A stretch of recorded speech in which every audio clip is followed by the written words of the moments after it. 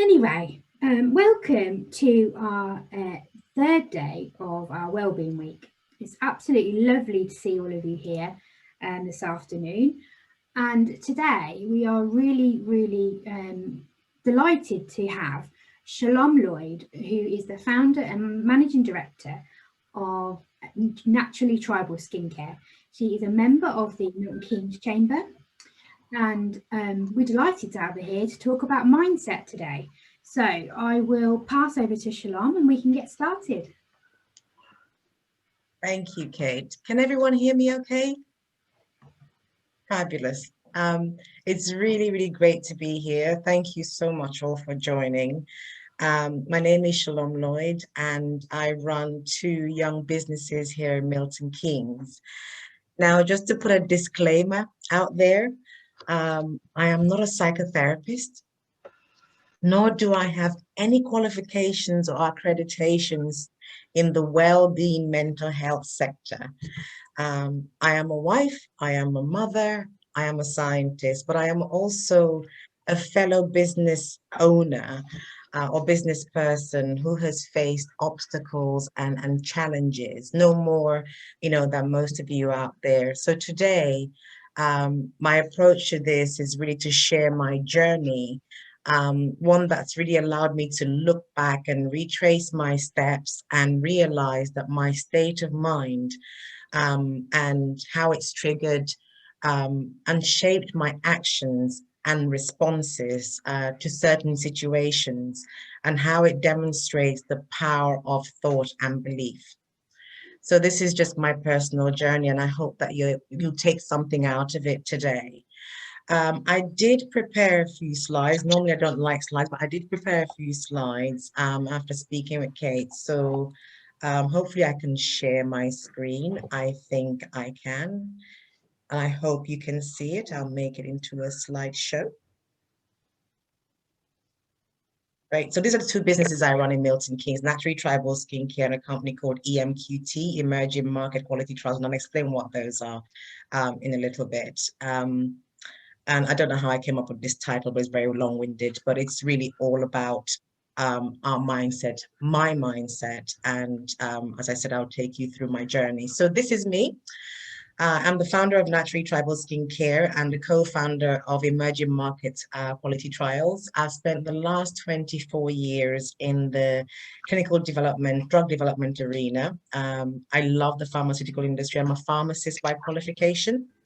So a scientist, I'm a TEDx speaker, and proud 2020 export champion for the Department of International Trade. So yeah, again, really wonderful to be here. I'm very proud of my dual heritage. I'm British African, British Nigerian. So you will see my kind of dual heritage appear in my stories. So this is where I'm going to spend most of my time, telling you my story, my journey, and hopefully you can see how mindset has played a huge role. And when you ask me, what do you mean by mindset? My mindset is my attitude. It's my mental state.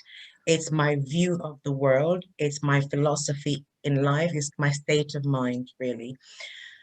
I'm really one of those extremely annoying people who really believes that anything is possible. I'm a mother of 5 children, so it drives my children crazy. Nothing is impossible. And again, hopefully you see that through my journey. I was born in Nigeria. I was born in Africa. I am one of 5 children. I've got 4 brothers. And I really went against the grain a lot. I think I was born a natural scientist. I was a complete bookworm, one of those really nerdy children. And I was really proud of it.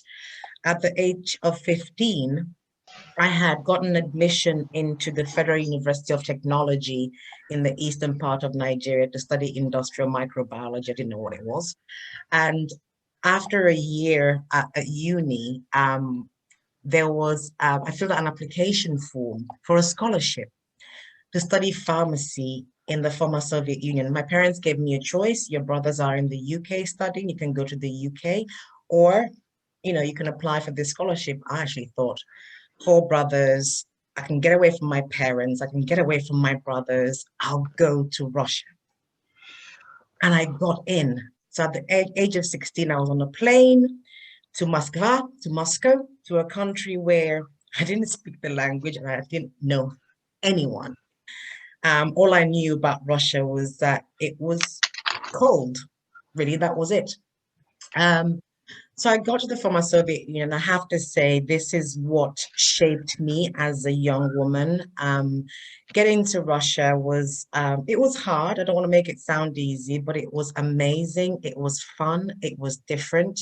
You can imagine graduating and applying for jobs here in the UK and people seeing that in your CV. Just the curiosity gets you to the door sometimes, you know? So yeah, I spent 6 years of my life studying, doing my BSc and MSc in pharmacy. Being in Russia was very challenging, particularly being a Black woman in Russia was very challenging because um, in the 90s, during perestroika and all that, it wasn't something that was very common.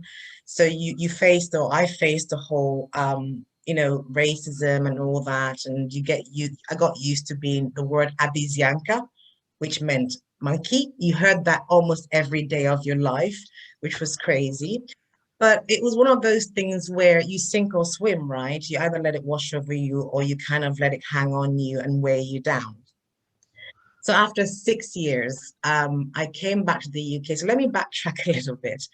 Um, in the former Soviet Union, during the communism era, you couldn't work. It wasn't like coming to the UK like I did every summer, worked in McDonald's and got some money, etc. So what I did was I realized that the Russians loved jeans, denim, absolutely loved denim.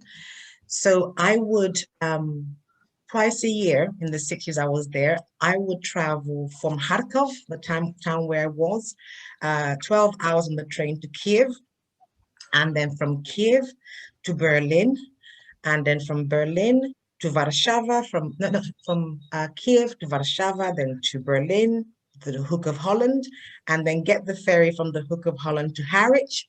Took me 3 days, and then straight to Liverpool Street Market. And what was in Liverpool Street Market? Jeans. You could buy jeans from that market for peanuts. I would load 4 suitcases with jeans and make the same trip back and sell each of these jeans for anything between $15 and $20. I did that. That was how I survived in the former Soviet Union. So when I graduated, I came back and joined my family here in the UK. And I knew that I wanted to work in the pharmaceutical industry. It's what I wanted to do. But I didn't want to be, no offense, be behind a counter dispensing drugs, right? I knew I wanted to be around people all the time. So stumbled across the drug development industry, which I fell in love with. It was all about clinical research, named the therapeutic area oncology, cardiovascular disease, whatever it was. And that really opened my eyes to the career that I wanted, a career that I've built for the last 24 years, working my way up from entry-level roles into senior leadership, director, and VP roles, which I am ever so grateful for. Built a whole network of people, a whole network of friends. And again, of course, there were challenges along the way doing that. But again, going back to mindset, I've always believed that if you think something is a chore, it is. And I've always tried to approach life in that way. The way I saw it was, if this young girl at the age of 16 could go to this country where she knew no one, didn't speak the language, and survive there and do all these things, everything was a piece of cake going forward. That was my mindset, really. So I worked my way up to leadership roles, and in 2014, 2014, I'm losing track of time. I had my twins after 4 cycles of IVF. My husband and I were trying for children, had our twins, Amara and Joshua. And unfortunately, Joshua was born with severe eczema, and he would sort of scratch till he bled. And you know, the moms out there and people who've gone through difficulty conceiving would know that going through IVF, pumping yourself with chemicals, giving birth to these twins and thinking, no, I'm not going to use steroids. So I started mixing in my kitchen, tapping into my African roots, thinking about what were those disgusting things that my grandmother used to put on our skin, but our skin looked great. Shea butter. So I was on maternity leave. I took some time, went back to Africa, sourced some shea butter, mixing in my kitchen, stumbled across the Eureka formula, and 3 days later, Joshua's skin cleared. And that was really how Naturally Tribal Skincare was born. And when I went to Africa to source this shea butter, it was in a place called the Kingdom of Esan, where I met this amazing rural women who just took pride in what they did. And I knew that I had to do something here. So my poor husband, I came back and I said to David, I'm leaving my job. There's something here. And we're remortgaging our home because I need to release money because I need to build some sort of something for them to do, these women. So Naturally Tribal Skincare, that's really how it started. And today I'm proud to say that we're a wonderfully growing company, proudly based in Milton Keynes, and we source our ingredients from Esan in Nigeria, where I've built a factory to employ up to 70 women. We have a creche in there for their children and all sorts of amazing things. And that's where we get our shea butter from, bring it into the UK, manufacture, formulate, and test here. So that was, the start of my entrepreneurial journey. While all this was going on, my father, who lived in Nigeria, was diagnosed with cancer. And a very stubborn African man, although he was educated here in the UK, would not come here for treatment. He was very African to his core. So having worked in the pharma industry and seeing the miracle of medicines and what innovation is out there and treatments for patients and options for cancer patients, it dawned on me that although patients of African descent make up 17% of this world's population, only about 3% of Black people get involved in clinical trials. So I made it a mission to actually get pharmaceutical companies to try and run research in Africa, because maybe if I'd done this earlier, Dad would have had more treatment options. So the second company started Emerging Market Quality Trials. So that is my really entrepreneurial journey. So as you can see on the left side of this slide deck, going from Africa to Russia to the UK, and then my career taking off, and then leaving all that to pursue my entrepreneurial journey.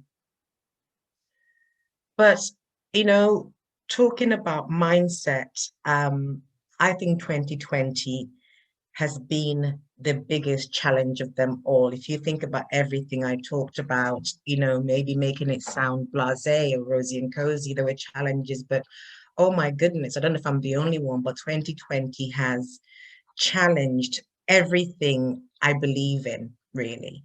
And this is, for me, the core, the reason why I believe that your attitude, your mental state, your state of mind, how you see things, does impact your behavior and attitude, and it impacts your well-being as well.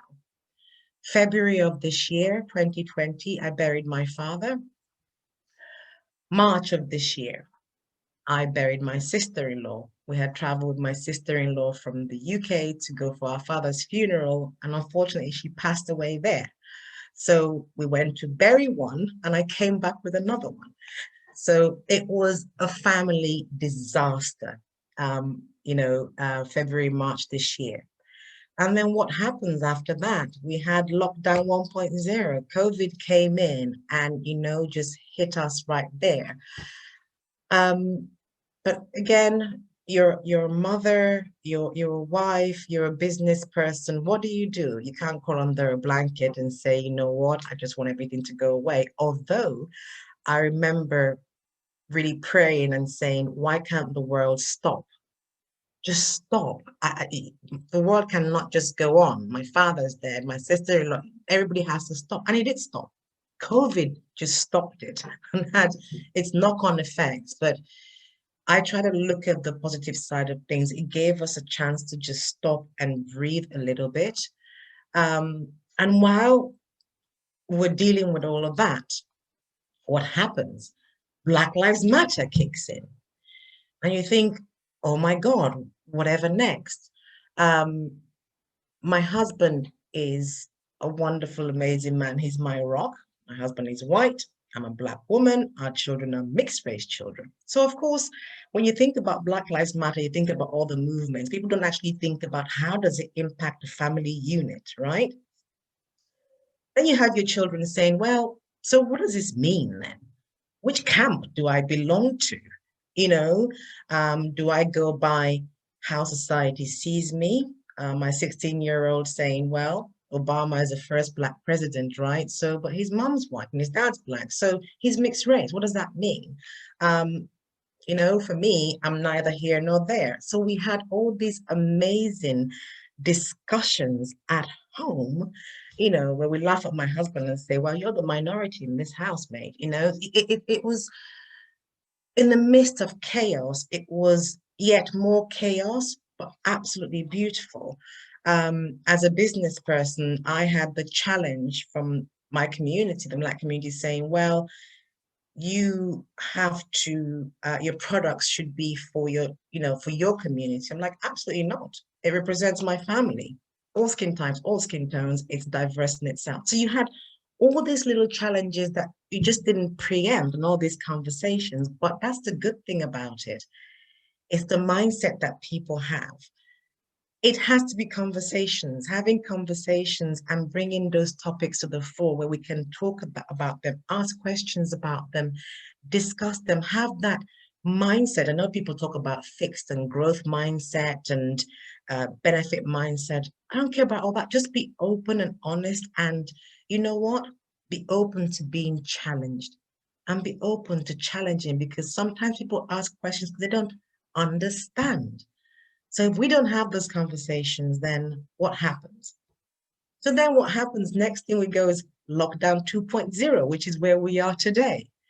Um, so it's really been an awful year on all fronts, personally, physically, mentally, emotionally. And then as business people, as leaders, as entrepreneurs, all you're hearing is let's live those attributes, those values, right? Let's be resilient. Let's be persistent, you know, perseverance. And you think, I've got all these 10 million things going on in my head.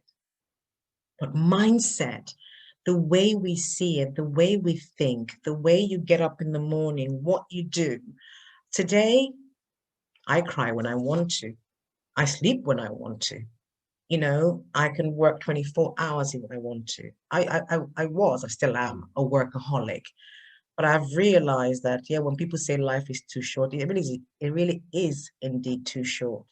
But I realize how I think about things, how I process things, and how I see things has impacted everything in my life, whether I've done it consciously or subconsciously. So when I've taken the time to retrace my steps, I now pat myself on the back and say, you've done good. And think, well, what's the best thing that we can do going forward? 2021 is coming. COVID is still here. It's not necessarily going anywhere. There's vaccines and things happening. But it, again, is the power of our mindsets to find the strength within. There's two quotes that I live by. The first one is, it is better to be prepared and not have an opportunity than to have an opportunity and not be prepared.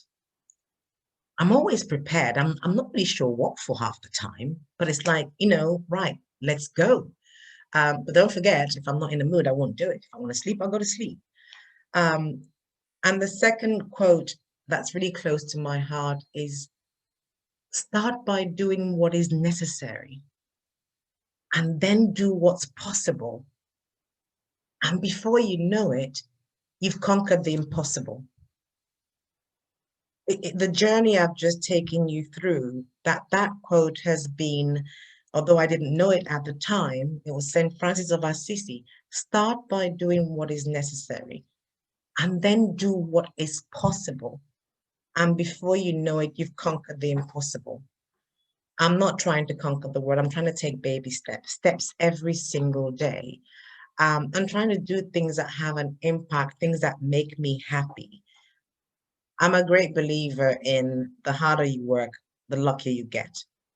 And I think mindset is really, really important. I try to surround myself with the right people. And when I say the right people, I mean people with that positive mindset that will complement mine, people that will lift me when I'm down.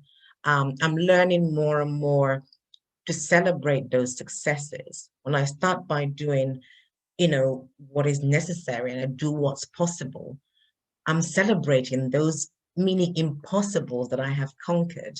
And I think we don't necessarily take time to do that. I completely acknowledge the awful things that COVID has done.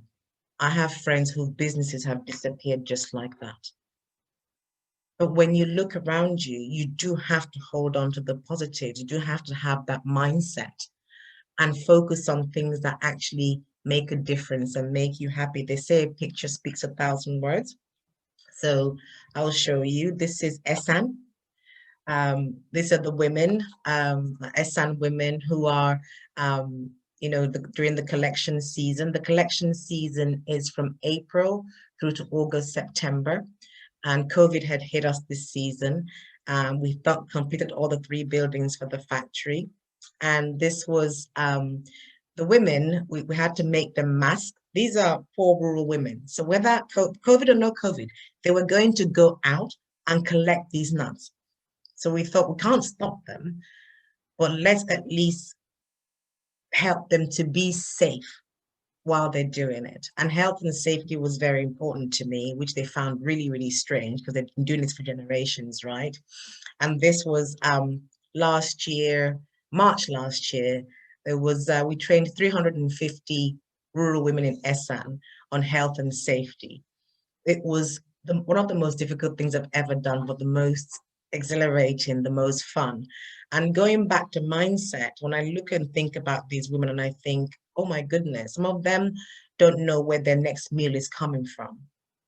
So when we think about, I'm not saying always say there's somebody worse off than me, but it puts things into perspective for us really, and showing us what we do have, how being grateful and thankful for what we do have in terms of our union, in terms of our families, in terms of our colleagues, our friends at work, etc. And, thinking about things that I'm doing that makes me happy. We're collaborating with the University of Bedfordshire at the moment to work on a zero waste project. The share industry that we're putting together will create over 70% of it will be waste. So we're now thinking, how do we manage that waste? How do we repurpose that waste? So that's naturally tribal skincare. And when it comes to EMQT, I travel across Africa to train amazing doctors, nurses, researchers on guidelines so they can be on par with their Western colleagues. And this is something I'm extremely, extremely proud of. This was this year. 5 days, 7 flights, 4 African countries, 3 languages, and 2 hours sleep. Myself and my best friend and colleague, Dr. Tina Barton, did all the training.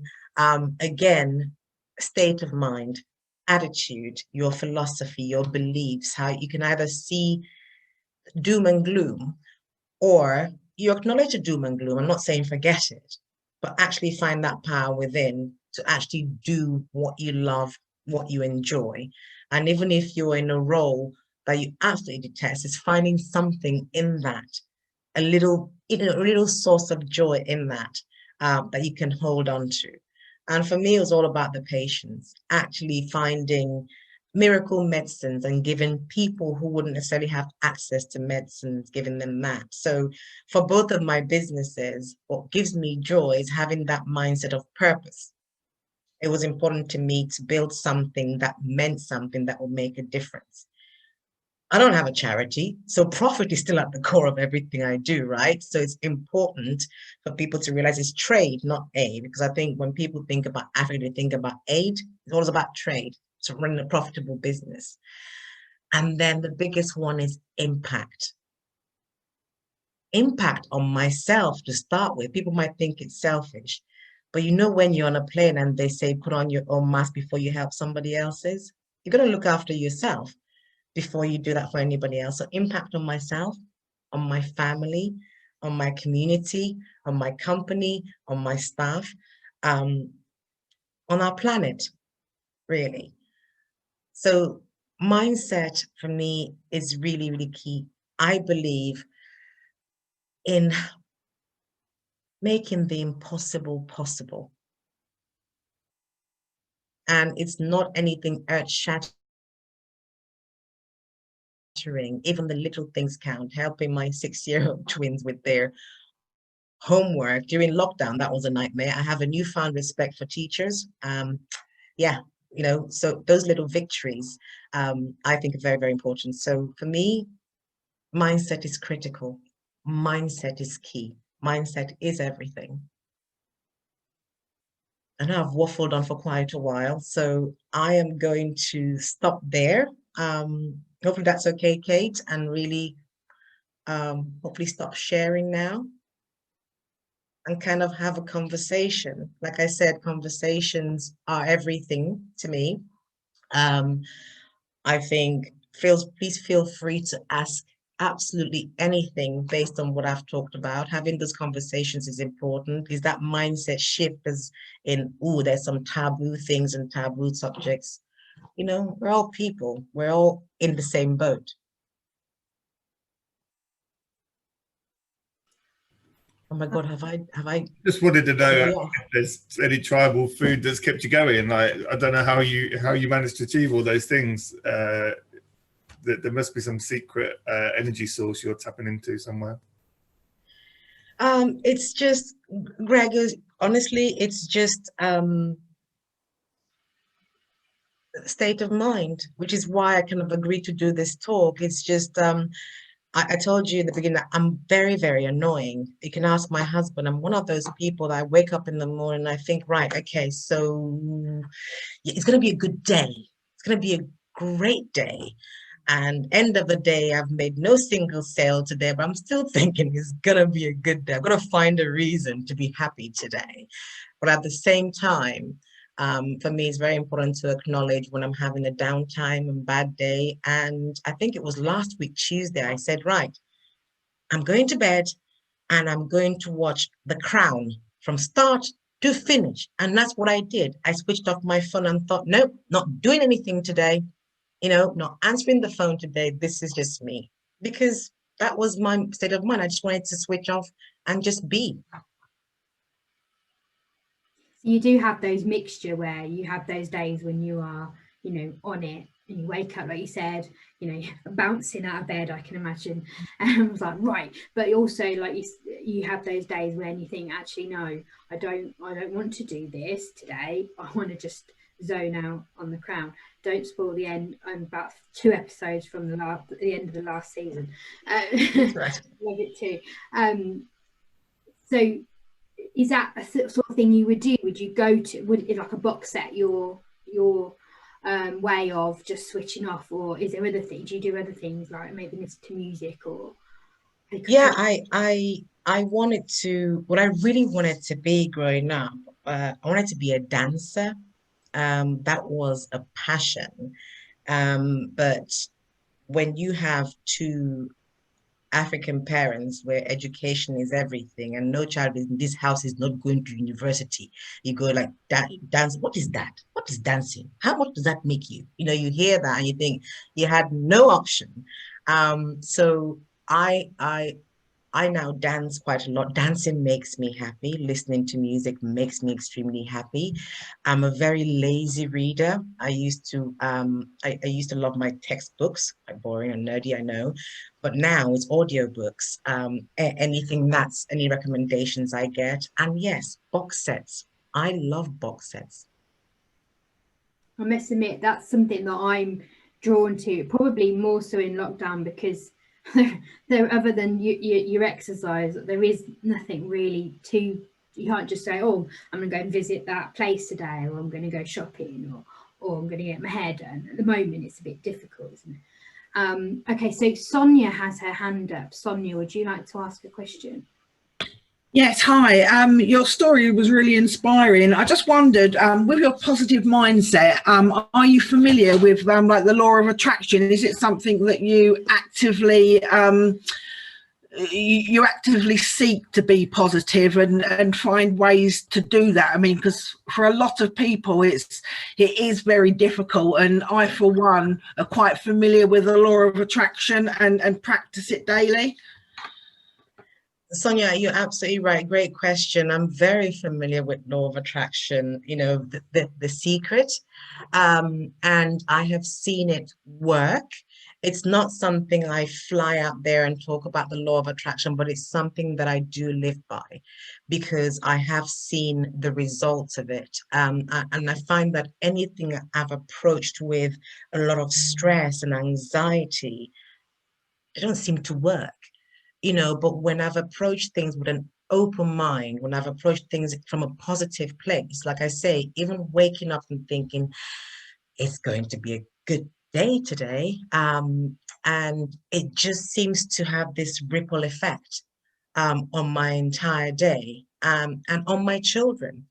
And on my husband, on my family. And it's just simple things like, you know, when you go out there and you smile, people say they can't see you smile now, but yes, you will see me smile. Even if I'm wearing a mask, my eyes are smiling at you and saying hello. You know, during the first lockdown, we went from this huge community, everybody wanted to help, and lockdown 2.0 is so different. Everyone's fed up. You know, but this is actually the time to kind of smile, to reach out, to, you know, let someone go first, is those things. So Sonia, absolutely, I believe in the power of the law of attraction. Absolutely. Well, it's nice to see it working. Oh, it certainly does. There's a comment from, I think it's Dominic here, who's a health and safety, fire safety and first aid trainer, I think. Absolutely. When I'm coming to Esan, please feel free to come with me. I have to warn you, 40 degrees heat, it's no joke. And these women don't speak English.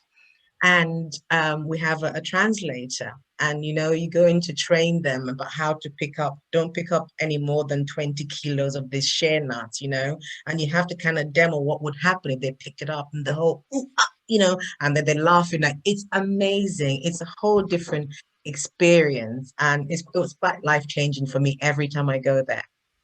Brilliant. I'm going to certainly take you up on that offer, and also because Greg, my CEO's on the call, we'll just get him to sign that off, which I'm sure he'll do. You're going, I'm going. We actually took our first ever stockist of our products, a wonderful health store called Nature's Corner, in Newbury. You know, when you go to pitch to companies, I went to them, I'm like, listen, you can pick up one of these jars and be able to trace the main ingredients back to source. It's great for eczema, right? All the usual sales. Anyway. And they rang me and they said, yeah, we'll stock your stuff, but we actually want to go with you to Esan to go meet these women. And they did. It was phenomenal. And they came with us to Esan, which was incredible. So yeah, honestly, people are welcome. The more the merrier, I think. Just to let you know, Shalom, that Dominic delivered our session yesterday on mental health awareness, and then he's doing our session on Friday, which is the mental health awareness in the workplace. So yeah, he's been doing a great job. And also HR Solutions with Greg as well, and they are our main event sponsors for this week, so we're very lucky to have them on the call. That's absolutely brilliant. I think you know, one of the things that we shouldn't underestimate is you know, the whole sort of well-being and mental health in the workplace, and this is why for me, I realized that coming from a corporate world into running my own businesses, the staff that I have, actually, when you ask them why they join, they tell you they join because they believe in the purpose, they believe in, you know, and it's what gets them up, you know, in the morning to come to work. So I keep banging that drum. I'm always taking people back to their why you joined us, how we're making a difference. And I see that it works. And also having those open conversation. If you're not feeling okay today, it's okay not to be okay, actually. I think that really helps, doesn't it? Because everybody has those off days. I remember last Monday, I just felt like all my mojo had completely gone. And then Tuesday, I woke up and I was like, oh, a bit like you feel, I'm ready to go now. Let's go. Let's bring this on. I can do this. So, but that, I think that is such a powerful statement. It's okay not to be okay. Yeah. Really powerful. Yeah. There's a question about, do you think... Yeah. Sorry, I was just about to say the same thing. Do you have a continued connection with Russia? Louise asks. Yes, I do. I still have friends and colleagues over there. In fact, my twins, I didn't do this with the older kids, but my twins, I thought, oh, what a waste. So I tend to speak to my twins in Russian, and then that speaks to them in English just to keep that going, which is quite nice. And the dad's learning now as well. Very different languages, isn't it? Russian, obviously English. What language do they speak in Assam?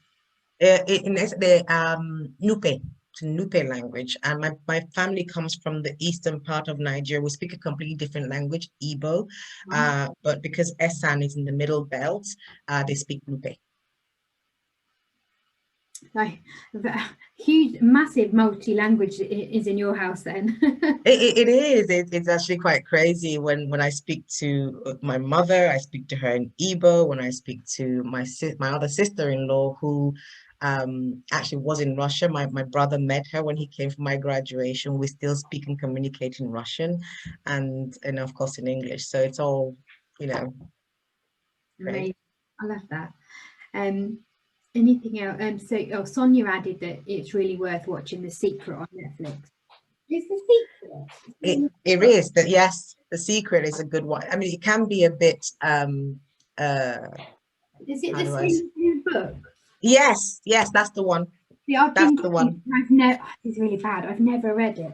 I know that's the one. I must warn you that I think it's one of those, when I watched, I thought, oh, it's very American, as in the rah-rah, but you just take the messaging of it. It is really, really powerful. It's really powerful.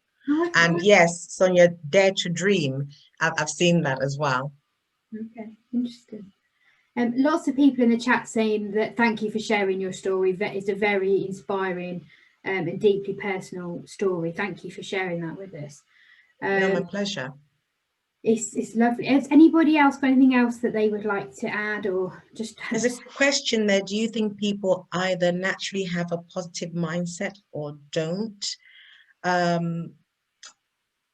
Yes, I think that you either have it naturally or don't. This is a personal opinion, and it's an opinion because having sort of been one of 5 children, I have 76 first cousins, and I have 5 children of my own. So in the whole environment I grew up in and I continue to live in, you can actually see, even in your family, that some people are just, naturally sort of negative. But you can also see how they shift based on experiences, based on being mentored, based on being supported through that. And I think that's one thing I'm seeing more and more now, support in the workplace, support within families. And we're starting to realize if we don't help each other, nobody else will. That's what 2020 has really brought to the fore.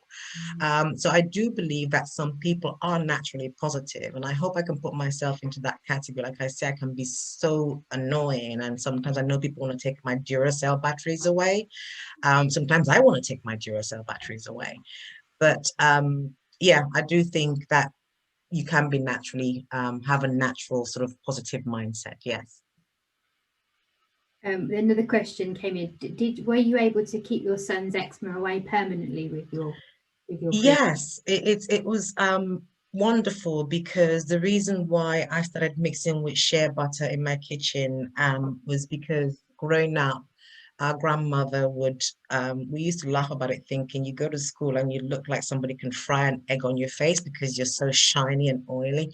And shea butter is one of those ingredients that does 3 things. It's a humectant, emollient, and occlusive. So very, very amazing superfood. And that's why I chose it for a base of my products.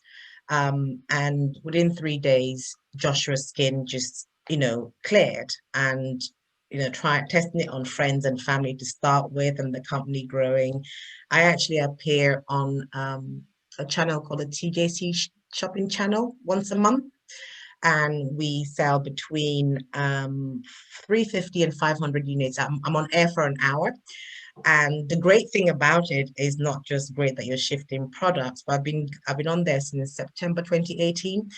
It's when you get feedback and people come online and you see the people that you've impacted, people who have psoriasis or eczema or dermatitis, or people who have undergone chemotherapy, radiotherapy, any other illnesses that may impact their skin. And I'm really proud of this company. See, again, it's back to the impact that it's had. So even when I'm having those really crappy days, I just have to look at a before and after, or something that was sent by a client in our info box. We receive maybe 2 a day, and you think, oh, come on, Shalom, get up and just do something, so yes.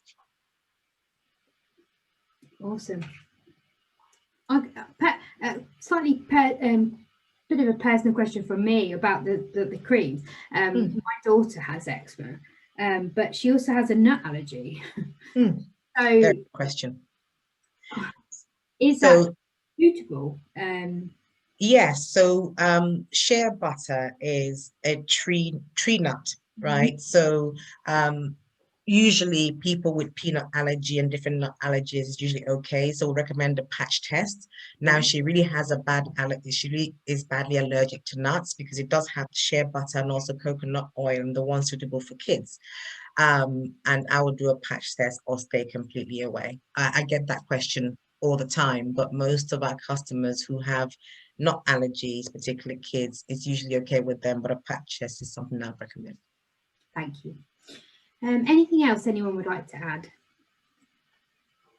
I do hope it's been useful. Like I said, it was just really sharing my story and how my approach to life and my approach to things has been, has really helped me through. I've got 5 children. 2 of them are my stepkids. They're amazing. They're mine. And my husband and I wanted to have more children, hence the twins. We went for IVF 4 times. I went through 4 cycles of IVF before having these twins that give me a headache now. And for me, it was no one or nothing was going to tell me that I couldn't have more children. Hell no. So even if I had to go for 10 cycles, I would have done. And again, it's back to mindset. Anyone on this call who knows someone or who's gone through it, it's nasty. It's a horrible process, but it was something I wanted. It was something that I believed I could get. So yes, absolutely. Super.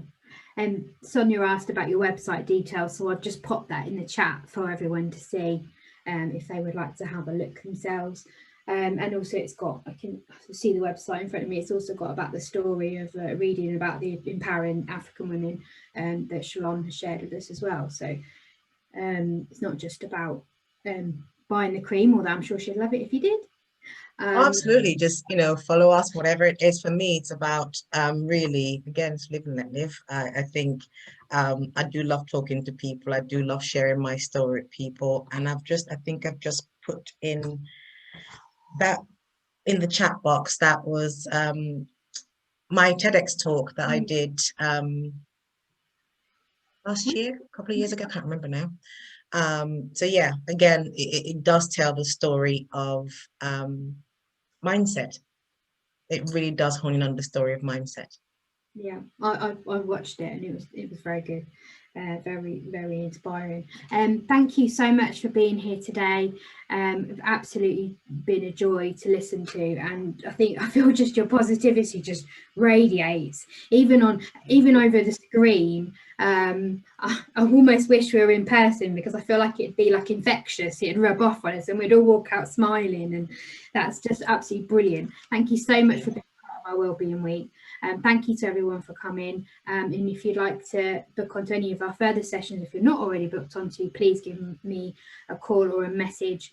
You're very welcome to do so. Thank you to Shalom for your time. Everybody's put really lovely comments in the chat, which is awesome, and we'll see you all again soon. Thank you very much. Thanks everyone. Have a good rest of